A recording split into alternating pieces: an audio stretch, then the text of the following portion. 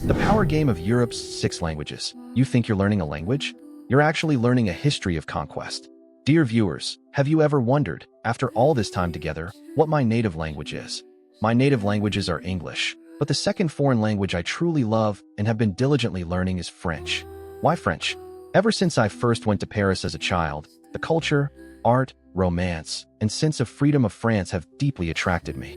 Every time I smell the aroma wafting from a Parisian bakery or hear the elegant rhythm of French, I feel as if I'm walking along the Seine and sitting in a left-bank cafe.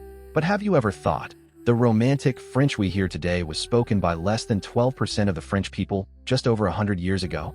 And when Italy was unified, only a mere 2.5% of the population could speak Italian.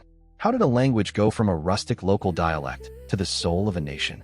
Today, we are going to uncover the iron and blood forging history behind Europe's 6 major languages: French, German, English, Italian, Spanish, and Russian. This is not just a story about language. It is a history of conquest through war, power, revolution, and culture. Station 1. One tree, one root. The common ancestor of all European languages. The starting point goes back about 5,000 to 6,000 years. Linguists hypothesize that on the Eurasian steppes north of the Black Sea lived a group of nomadic people. They spoke the same language, which we call Proto-Indo-European. They left no writing, no direct records, but they left descendants. As populations migrated and expanded, Proto-Indo-European split into different branches: Hellenic, Slavic, Italic, later Romance, Germanic, Celtic. Our story begins with 3 of the most important branches: Romance, Germanic, and Slavic. Interestingly, even though these languages have long gone their separate ways, we can still see their shared genes in everyday vocabulary.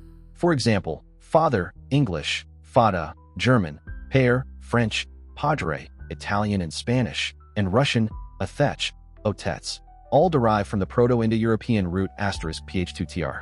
Take the number 2. 2, zvai, du, dos, dva, dva. They sound different, but if you listen closely, you can hear a hidden chain of sounds. Station 2. After the fall of the Roman Empire, Latin shattered, the birth of the Romance languages. Most of the major European languages we know today are directly related to the ancient Roman Empire. The empire stretched from Britain to North Africa and the Middle East, and its common language, Latin, was used by people in different regions with different accents and simplifications, much like English today. The Latin spoken by Romans had an upper and a lower register. The aristocracy and literati used classical Latin, the language of law, literature, and official documents, while soldiers, merchants, farmers, and servants spoke vulgar Latin, with simplified grammar, looser vocabulary, and heavier regional accents. The result: when the Western Roman Empire collapsed in 476 CE, Vulgar Latin lost its central authority and standardization. Like a pool of water cut into several puddles, each dialect went its own evolutionary way.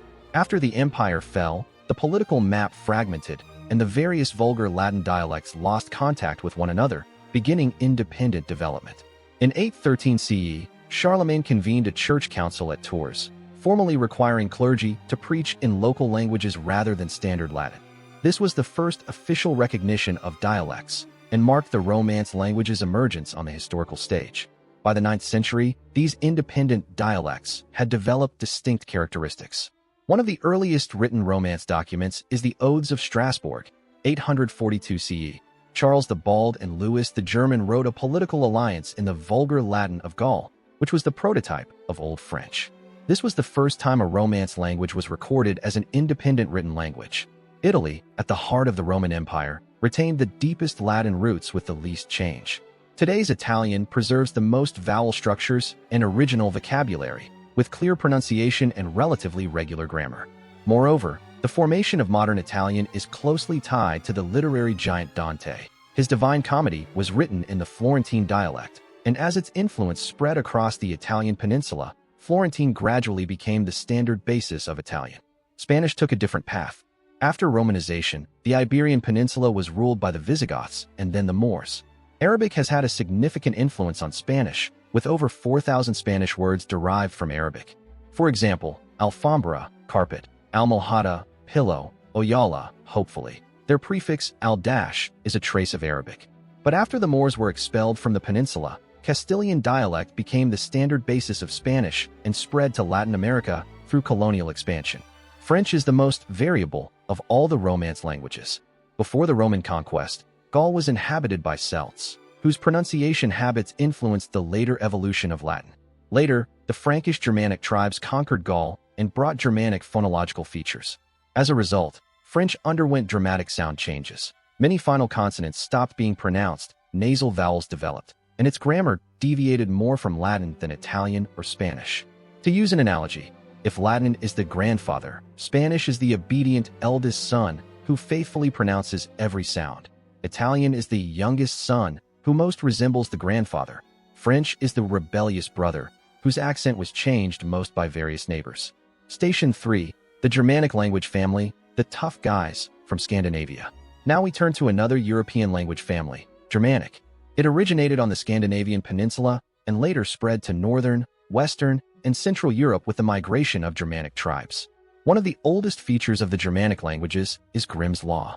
In the 19th century, the German linguist Jacob Grimm discovered a set of regular consonant correspondences between Germanic and other Indo-European languages. Simply put, some P, T, K sounds in Proto-Indo-European became F, TH, H in Germanic. For example, Latin pater and English father, P turned into F, Latin trace and English 3, T turned into TH. This law tells us that language change is not random, but follows strict physical laws. The Germanic family has 3 branches. North Germanic includes Swedish, Danish, Norwegian, and Icelandic, the legacy of the Vikings. The extinct East Germanic branch is represented by Gothic, and our main focus, West Germanic, includes German, Dutch, English, and Frisian, the largest branch of the Germanic family. German underwent a major sound divergence called the High German consonant shift. Around the 6th century CE, in southern, High Germany, a dramatic sound change occurred. Original P, T, K sounds became PF, TS, KCH, etc. Northern, Low, Germany did not experience this shift. That is why English apple corresponds to German Apfel, English make to German Machen. High German turned the original clear consonants into complex affricates and fricatives. This shift makes German sound particularly hard within the Germanic family, giving it its distinctive sharpness. English was born in the 5th century when the Angles, Saxons, and Jutes crossed the sea from the continent to Britain. The West Germanic dialects they brought became the starting point of Old English, a highly inflected language with grammatical cases and complex verb conjugations, much like today's German. The opening of Beowulf reads, "Wait, we Gardina in Girdigum," totally incomprehensible to modern English readers. Station 4.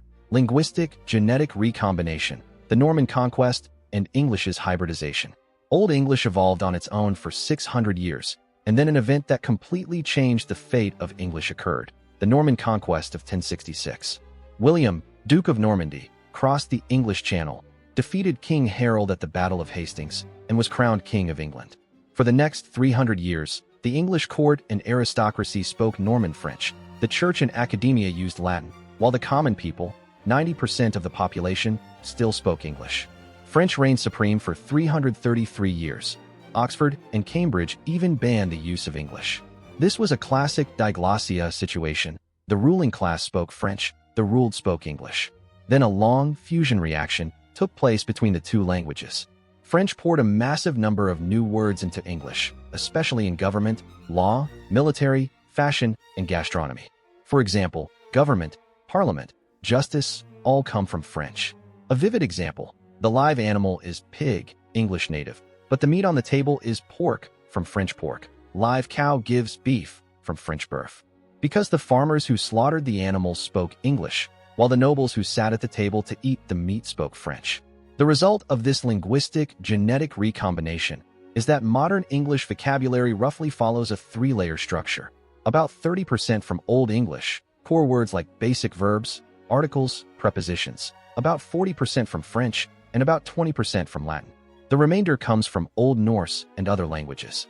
In other words, English changed from a pure Germanic language into a Germanic skeleton plus Romance lexicon hybrid. If you're curious about this hybrid result, compare Old English and Middle English. The opening of Beowulf is incomprehensible to modern readers, but 200 years later, Chaucer's Canterbury Tales, written in Middle English, already shows recognizable elements. After 300 years of fusion, By the 14th century, English finally regained its status as the mainstream language of England. In 1368, the English Parliament made English the legal language of the courts. The era of French supremacy was over. Shakespeare's linguistic code. He used modern English. Did you know? Many people think Shakespeare wrote in Old English, but that is a common misconception. Shakespeare was active from 1564 to 1616, during the late Ming Dynasty in China, when written Chinese was classical. People often assume Shakespeare used Old English, but in fact he used early modern English. Modern English readers can understand the King James Bible and Shakespeare's works, but earlier texts like Le Morte d'Arthur are much harder. What is so special about Shakespeare's language? 70% of his plays are written in unrhymed blank verse, 10 syllables per line, alternating unstressed and stressed, 5 feet per line, no rhyme between lines, a form with no equivalent in Chinese.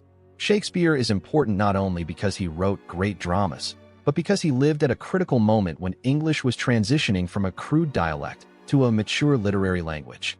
English was competing with Latin and French for prestige, and Shakespeare proved through his works that English could express the deepest thoughts, the most complex emotions, and the loftiest poetry.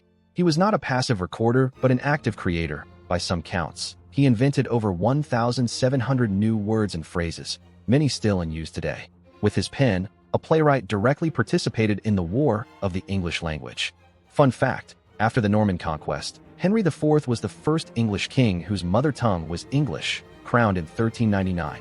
Before him, all English kings spoke French as their first language. It is said that when Henry IV gave his coronation speech in English, the assembled nobles reacted with stunned silence. They were no longer accustomed to hearing the king's command in the common tongue. Station 5. French's counterattack, from a Parisian dialect to the sole language of the Republic. Now we finally come to the question that fascinates me. How did French become the French we know today? You might not believe it. Until the end of the 18th century, what we now regard as the soul of France was actually just a small Parisian dialect. At that time, a bewildering variety of local languages were spoken across France: Breton, Celtic, related to Welsh, Basque, and isolate with no known relatives, Alsatian, a German dialect, Flemish, Provençal, Occitan, Corsican, and Italian dialect. France was essentially a linguistic patchwork. Who was the first monarch to write official documents in French? In 1539, Francis I signed the Ordinance of Villers-Cotterets, which stipulated that all court, notarial, and administrative documents in France must be written in French, meaning the Francine language of the Paris region, not Latin. This was the first time French became the official administrative language of the state. However, this was only a paper decree. Across the country, the vast majority of French people remained completely ignorant of French. In 1794, a revolutionary priest named Henri Grégoire completed a language survey that shocked the National Convention. The results showed, out of 83 departments, only about 15 spoke only French. There were nearly 30 different patois across France, and only about 3 million people, roughly 12% of the total population of 25 million, could speak fluent French. If we included those who could barely communicate, the number was at most 6 million. The vast majority of peasants, craftsmen, women, and children did not speak French in daily life, but rather Breton, Basque, Alsatian, or various Occitan dialects. In January 1794, revolutionary leader Barrère said to the National Convention, "Federalism and superstition speak Breton. Immigration and hatred of the Republic speak German. Counter-revolution speaks Italian. Fanaticism speaks Basque. Destroy these erroneous and decadent dialects." He even directly proposed that children who spoke Breton in school should be punished. In the eyes of the revolutionaries, dialects were not cultural heritage, but carriers of counter-revolution and ignorance, because royalist priests had indeed used local languages to preach against the revolution. The title of Grégoire's report left no doubt about its purpose. Report on the necessity and means to annihilate the patois and to universalize the use of the French language. The title was devoid of any academic rhetoric. It was a political manifesto. It claimed that France's 30 mutually unintelligible dialects spread feudal ideas and hindered the spread of revolutionary thought. So the patois must be annihilated and French universalized. For the next century, the Republic's language policy continued this tone. French was the sole language of the Republic, and dialects were enemies to be eliminated. In 1794, the National Convention passed a decree that all legal documents, official records, birth, marriage, and death certificates must be written in French only, completely excluding local languages from the official sphere. But decrees alone were far from enough. Despite repeated government orders, for most of the 19th century, the great majority of French people still spoke local languages. In the 1840s, Standard French was actually taught as a second foreign language. The true French conquest occurred during the Third Republic, 1870 to 1940. The politicians of this period clearly understood that to truly eradicate local languages, they had to target children. Primary education was designed as a national melting pot. Only French was allowed in the classroom, and any child who spoke a dialect was subjected to shame and physical punishment, wearing a shame plaque, standing in a corner, being hit on the hand. Education Minister Jules Ferry famously said, "Let us give France back to the French language." In 1853, French schools formally banned the teaching of dialects. By the 1880s, with the spread of free compulsory education, most French children finally learned Standard French, a remarkable breakthrough at the time. Generation after generation, local languages gradually retreated from public life to the corners of the home and eventually disappeared from children's minds.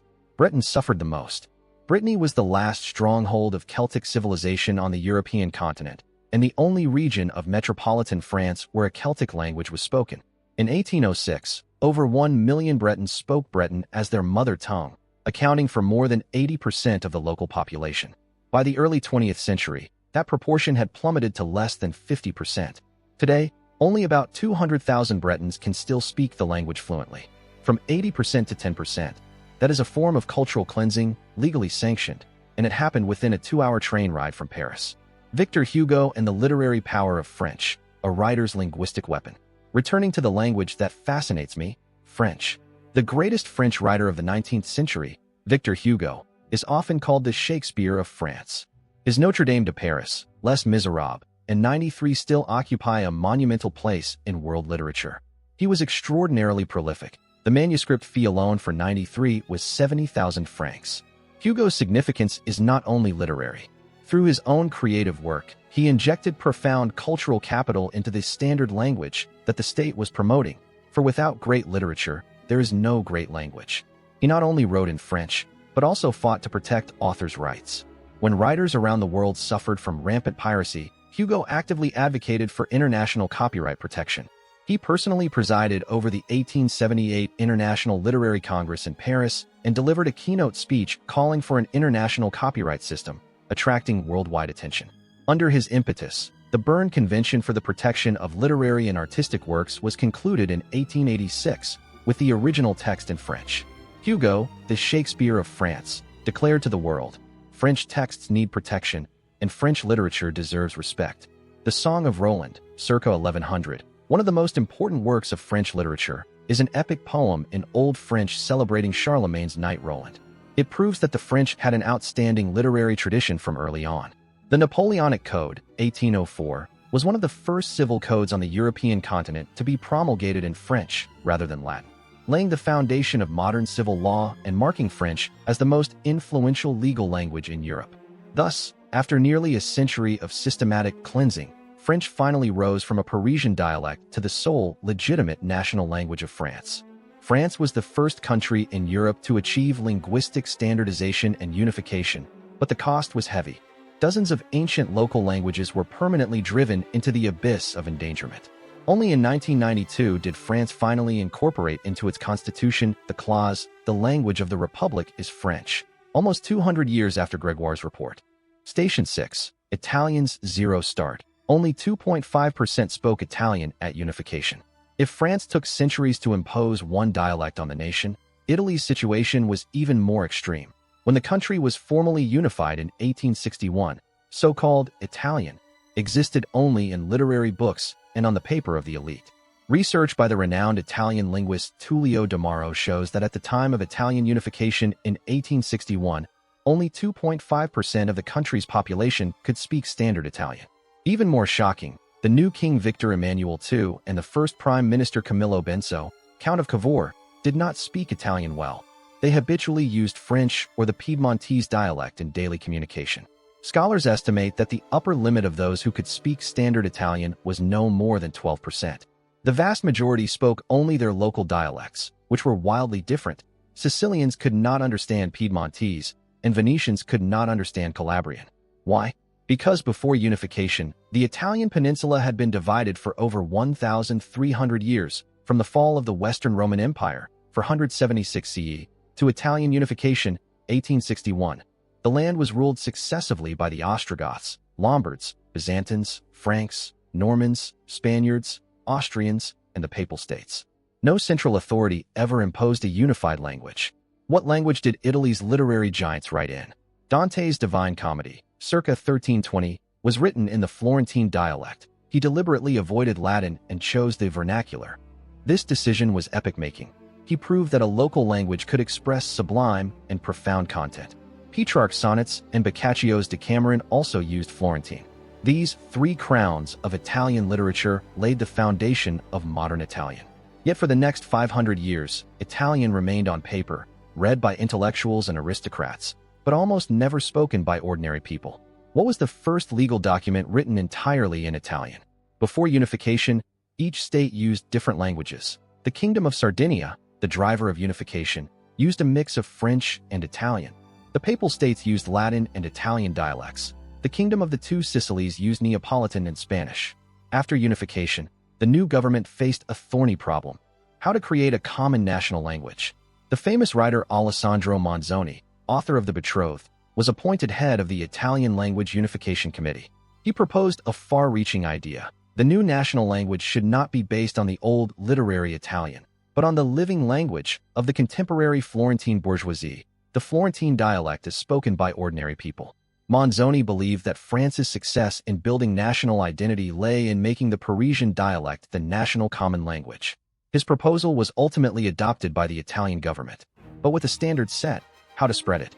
The Italian government used a combination of tools: compulsory education, forcing all children to learn standard Italian. The illiteracy rate dropped rapidly from 75% in 1871. Compulsory military service. Young men from all over were drafted into the same army, and officers gave orders in standard Italian. When they returned home, they brought standard vocabulary back to their dialect regions. Railroads. Railway workers and technicians from different regions had to communicate in standard Italian. Radio and later television, especially the era of black and white TV, when the entire nation listened to the same news anchor every day, speaking standard Italian with a Florentine accent. This was an even more powerful language assimilation machine than any school. Fun fact: after unification, a Piedmontese officer was sent to Sicily to maintain order. He tried to command local residents in standard Italian, only to find that not a single Sicilian understood him. He had to take out paper and pen and write his orders in Italian. The Sicilian looked at the paper for a long time and said, "Sir, I cannot read." The officer later wrote in his memoirs, "We conquered Italy, but we have not yet conquered Italy's language." By 1951, the proportion of people in Italy who could speak standard Italian had risen to 87%. Italy had achieved in less than a century what took France 200 years. Station 7. Spanish, from Castilian dialect to the voice of an empire across the ocean. The year 1492 was extremely special in Spanish history. Early that year, Granada fell, ending nearly 800 years of Muslim rule on the Iberian Peninsula. A unified Catholic kingdom called Spain was born. Almost simultaneously, Queen Isabella financed Columbus's voyage to the New World. And in that same year, another event of epochal importance for Spanish took place. Antonio de Nebrija published the Grammar of the Castilian Language in 1492, the first grammar book in Europe devoted to a vernacular rather than a classical language. This was revolutionary. In the medieval and early Renaissance, only Latin was considered worthy of a grammar. Other spoken dialects were seen as crude and inferior. Nebrija's grammar declared that Castilian was fully capable of being as precise, rigorous, and noble as Latin. It is said that Queen Isabella herself told Nebrija, "Your book will make our language known throughout the world." At the time, it seemed like a polite compliment, but history proved her prophetic. How many people spoke Spanish before it became the official language? In 1492, Castilian was just the dialect of a kingdom in northern Iberia. Also spoken on the peninsula were Catalan, Galician, Basque, Aragonese, Leonese, and others. The number of Castilian speakers was about 1 million, less than a quarter of the peninsula's population. However, with the completion of the Reconquista and the establishment of the Colonial Empire, Castilian was imposed as the administrative language of the entire Spanish Empire. Two pillars of Spanish literature, the Song of El Cid, circa 1200, is the oldest epic in Castilian, celebrating the national hero El Cid. And Cervantes's Don Quixote, 1605, is recognized as the beginning of the modern European novel and the highest peak of Spanish literature. Interestingly, Cervantes frequently satirized the affected style of those who blindly imitated Italian or Latin, insisting on writing in the most straightforward Castilian. Spain, however, never openly declared, as France did, that it would annihilate all dialects, because Spain itself had strong regional languages like Catalan, Basque, and Galician. Real suppression came in the 20th century. After winning the Spanish Civil War in 1939, Francisco Franco began a 36-year military dictatorship. He held extreme nationalist views and waged a brutal war against regional languages. In Franco's official narrative, Spain was a united, great, and free nation. Catalan and Basque were seen as weapons of separatists. His policies were ruthless. Schools were forbidden to use or teach any language other than Castilian. Speaking Catalan or Basque in public could lead to arrest. All books in regional languages were confiscated and burned. Teachers in Catalonia were forcibly transferred out and replaced by Castilian speakers. The Franco regime even systematically altered the demographic structure. Large numbers of poor peasants from Andalusia and other southern regions were resettled in Catalonia and the Basque Country, Castilianizing the population. Fun fact, under Franco, a Catalan father taught his son to speak Catalan. The son used Catalan at school to play with his classmates, and the teacher overheard. The next day, the father's salary was cut by half, on the grounds that he was endangering national unity. The father later hid Catalan words in the crevices of drawers, like a revolutionary hiding leaflets. After Franco's death, those languages in the drawers returned to the sunlight. Only after Franco's death in 1975 and the transition to democracy did the Spanish Constitution recognize the coexistence of several official languages within Spain. Nevertheless, the wounds inflicted by half a century of suppression on the regional languages have not yet fully healed. Station 8. The unification of German, the birth of a super-regional written language. Unlike France, Italy, and Spain, Germany's situation is unique. It is a classic case of language first, state later. Before Prussia completed the unification of Germany in 1871, Germany was not a political entity, but a patchwork of more than 300 states, knightly domains, and free cities. In this fragmented landscape, regional language differences were enormous, especially the North-South divide. The South spoke High German, the North spoke Low German, and the differences were so great that many people in Low German areas could not understand High German at all. The earliest monuments of German literature, the Hildebrandslied, c. 830, is a heroic epic fragment in Old High German, one of the oldest poems in the Germanic language family. The Nibelungenlied, circa 1200, is a national epic in Middle High German, often called the German Iliad. However, each of these works was written in its local dialect, and a unified German language was still centuries away.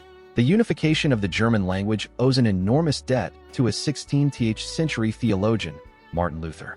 Between 1522 and 1534, while taking refuge in the Wartburg Castle, Luther translated the Bible from Greek and Hebrew into German. Luther did not simply copy an existing dialect. He created an entirely new written language using a mixed dialect. He took the most widely understood early New High German as his base and carefully selected vocabulary and grammatical forms from Upper German and East Central German dialects to produce a standard written language that was both accessible and acceptable across different regions. Luther's language was not any pure local dialect, but a constructed language, and his Bible became the common cultural property of all Germans. In the 16th century, with very low literacy rates, people encountered written language mainly through church sermons and home Bible reading. When parishioners in Dresden read nearly the same Bible verses as those in Cologne, and when believers in Hamburg sang hymns identical to those in Vienna, a super-regional written language that transcended dialect boundaries was planted across the German-speaking world. The first important legal text in German, the Saxonspiegel, circa 1220, was the most important collection of customary law in medieval Germany, but it was written in Low German and applied only to the north. Until the 16th century, the Imperial Diet, the highest legislative body of the Holy Roman Empire, still used Latin. It was not until 1495 that the Imperial Supreme Court officially allowed the use of German in litigation. Goethe and the Literary Summit of German, a national treasure of language. Luther created the written standard, but for German to truly become elegant and rich, another giant was needed, Johann Wolfgang von Goethe. Goethe is the greatest name in German literature. His works span poetry, drama, novels, essays, and even scientific writing. He wrote The Sorrows of Young Werther, Faust, Wilhelm Meister's Apprenticeship, and other immortal works in German. The Sorrows of Young Werther, published in 1774, took Europe by storm. It touched the universal anguish of the young, unattainable love, endless conflict with social reality, the incompatibility of the individual with the system. It is said that Napoleon himself carried a copy of this book on his campaigns and read it at least 7 times. Napoleon was not only a great military leader, but also a man well versed in European culture. That he became so obsessed with a German novel is proof of Goethe's power. He was not just a German writer, but a European cultural superstar, and the words he wrote in German made the entire civilized world pay attention to the language. The friendship between Goethe and Schiller is one of the most moving chapters in German literary history. Two people of very different temperaments. They used the emerging standard language to inspire, encourage, and criticize each other, together shaping the spiritual foundation of German. Through his monumental works, Goethe showed how delicate, profound, grand, and beautiful German could be.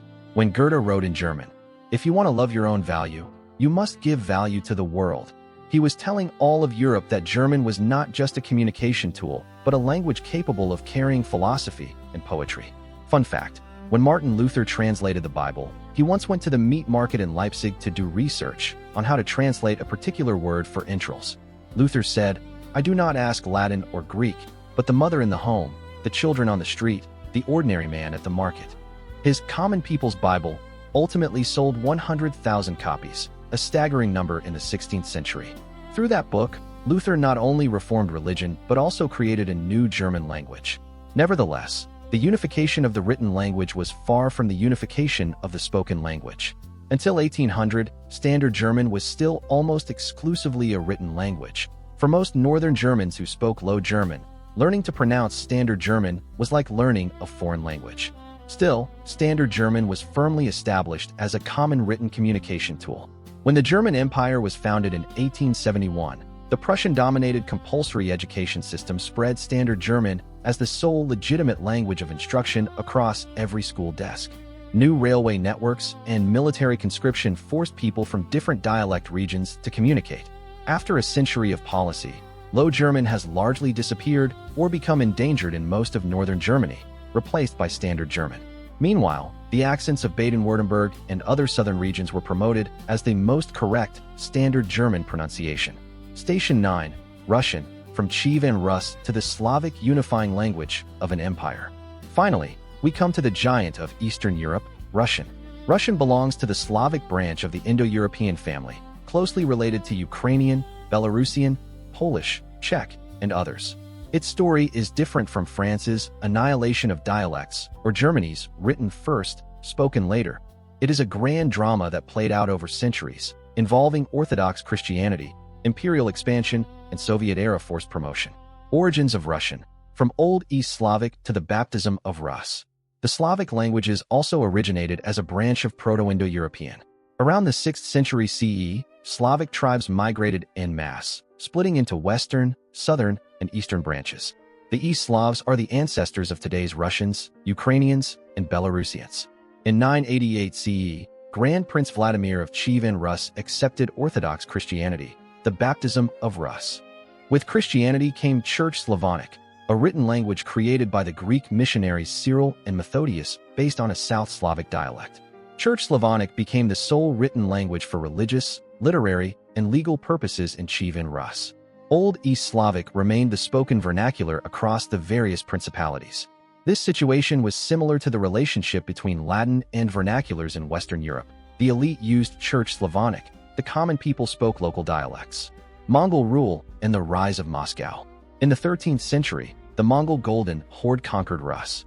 For the next 200 years, the East Slavic principalities became tributaries of the Mongols. Interestingly, Mongol rule did not destroy the Russian language. On the contrary, it encouraged the gradual consolidation of northeastern Rus around the Principality of Moscow. The rulers of Moscow used Church Slavonic as an ideological tool while employing Old East Slavic in administrative and military affairs. By the end of the 15th century, Ivan III had unified northeastern Rus and proclaimed himself sovereign of all Rus. A written form of Russian began to take shape as a mixture of Church Slavonic and spoken East Slavic. How many people spoke Russian before it became an official language? Unlike Western Europe, Russia never experienced a period when the official language was spoken by only a tiny minority, because the Russian Empire was vast and multi-ethnic. In 1700, Russian as the mother tongue of ethnic Russians had about 9 to 10 million speakers, roughly 30% of the empire's total population. Within the empire, dozens of other languages were spoken: Ukrainian, Belarusian, Polish, Finnish, German, Tatar, etc. The ruling class, Tsar, nobility, bureaucrats, used Church Slavonic and French as their upper-class languages. In the 18th century, Russian aristocrats even took pride in speaking French. Alexander Pushkin's first language in childhood was French, and he only learned Russian from his grandmother later. Peter the Great and Lomonosov, forging a new Russian. The 18th century was a key period for the modernization of Russian. Peter the Great introduced westernizing reforms, bringing in many Dutch, German, and French nautical, military, and administrative terms. Before Peter, Russian was written in a complex Church Slavonic script. Between 1708 and 1710, Peter introduced the civil script, Gransky Schrift, simplifying the letter shapes to be closer to the Latin alphabet simplicity and decreeing that all non-religious books must use the new script, the first step toward the secularization and modernization of Russian. The man who truly laid the grammatical and literary foundation of Russian was the scientist and poet Mikhail Lomonosov. In 1755, he published the Russian Grammar, the first scientific grammar of the Russian language. Lomonosov also divided vocabulary into 3 styles: high, Church Slavonic origin; middle, Common Russian; and low, colloquial slang, providing stylistic guidance for literary creation. His famous saying was, "Russian has the majesty of Spanish, the liveliness of French, the strength of German, and the tenderness of Italian." An exaggeration, but it laid the foundation for Russian self-confidence as a major European language. Pushkin, the Shakespeare and Goethe of Russian combined. If Italy has Dante, France has Hugo, Germany has Goethe, and England has Shakespeare, then Russia's literary deity is Alexander Pushkin. Pushkin was born into an aristocratic family and spoke French more fluently than Russian as a child. But as he grew up, he consciously learned from his nanny the language of the Russian folk, and from history, he mined national traditions. He wrote the novel in verse Eugene Onegin, the historical tragedy Boris Godunov, the long poem The Bronze Horseman, and other masterpieces in Russian. Before Pushkin, Russian was regarded by Europe as a coarse peasant language. The Russian upper class preferred to write poetry and prose in French. Pushkin alone proved that Russian could express the subtlest emotions, the most epic grandeur, and the sharpest satire. The literary critic Belinsky said, "Before Pushkin, there was no Russian literature." Pushkin's style combined the majesty of Church Slavonic, the vividness of folk speech, and the precision of Western loanwords, creating this standard model of modern Russian literature. Later giants, Gogol, Turgenev, Dostoevsky, Tolstoy, Chekhov, all walked the path Pushkin had opened. Tsarist language policy, Russification.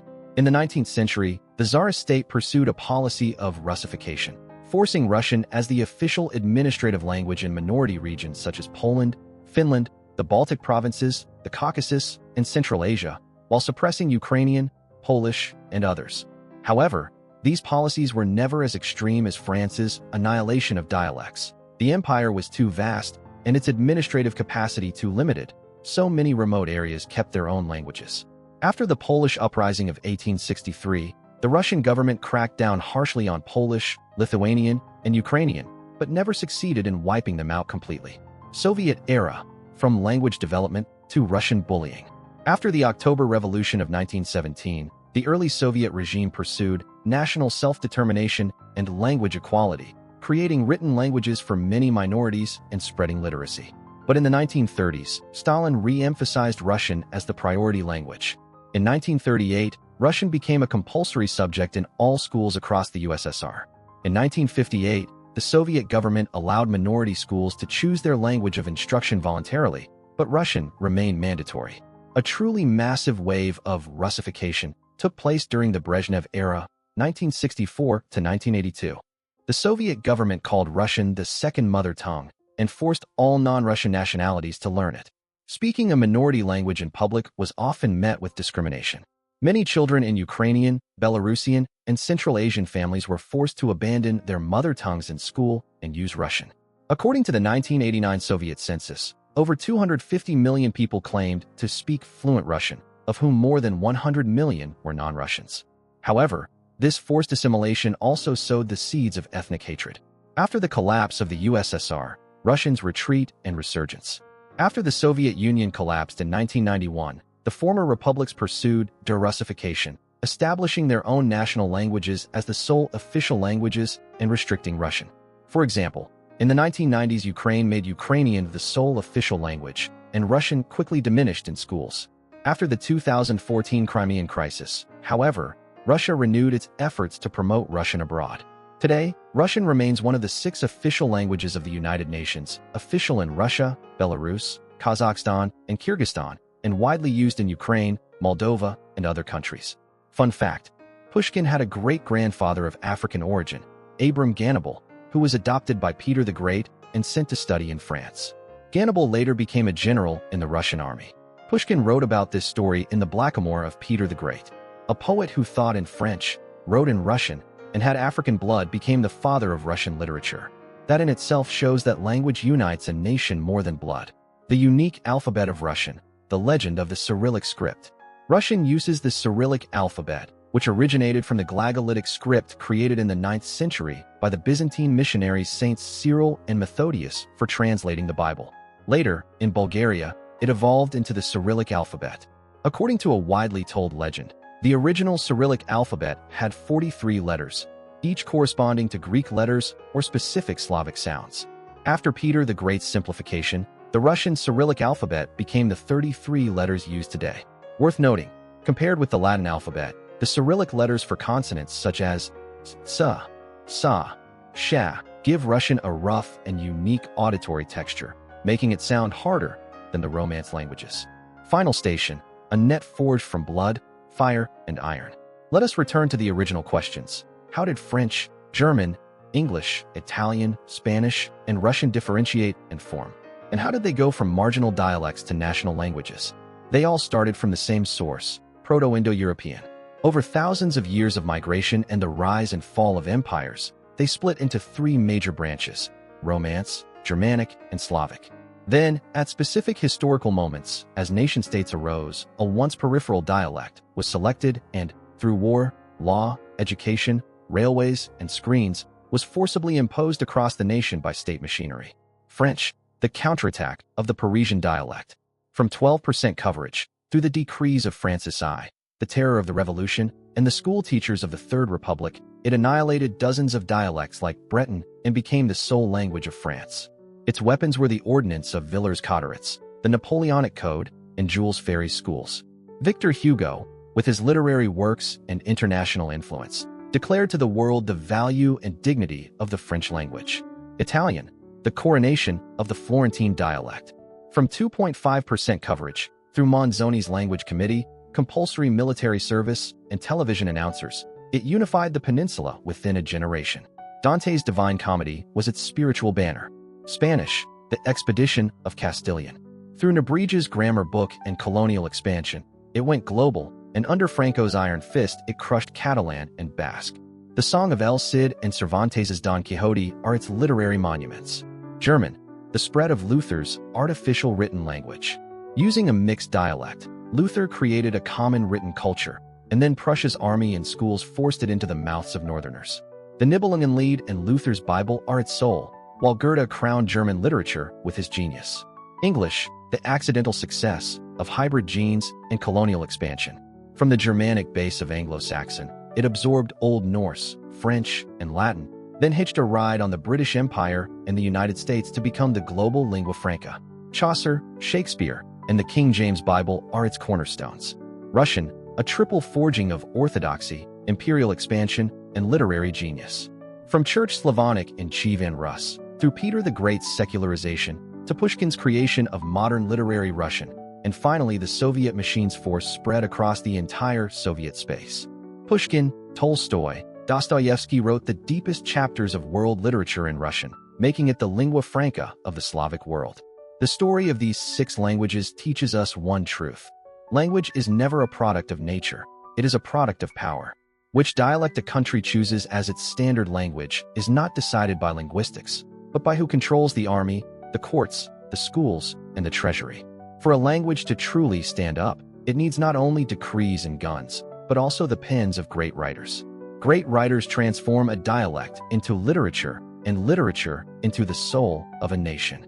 When you greet people from different countries today with bonjour, hello, guten tag, buongiorno, hola, здравствуйте, you are not hearing just 6 different sounds, but 6 national identities hammered out over centuries of iron, blood, laws, schoolbooks, and screens. These 6 languages became today's great powers, not because they were inherently elegant or precise, but because behind them stand the centralization of France, the iron and blood unification of Prussia, the maritime supremacy of Britain, the colonial empire of Spain, the cultural heritage of Italy, the imperial expansion of Russia, and the writers who refused to use Latin or French and insisted on writing immortal works in their own mother tongues. And at this very moment, as you finish watching this video, somewhere on the internet, countless people are using one of those languages, continuing this war without guns. Thank you for following me on this journey through the standardization of Europe's 6 languages.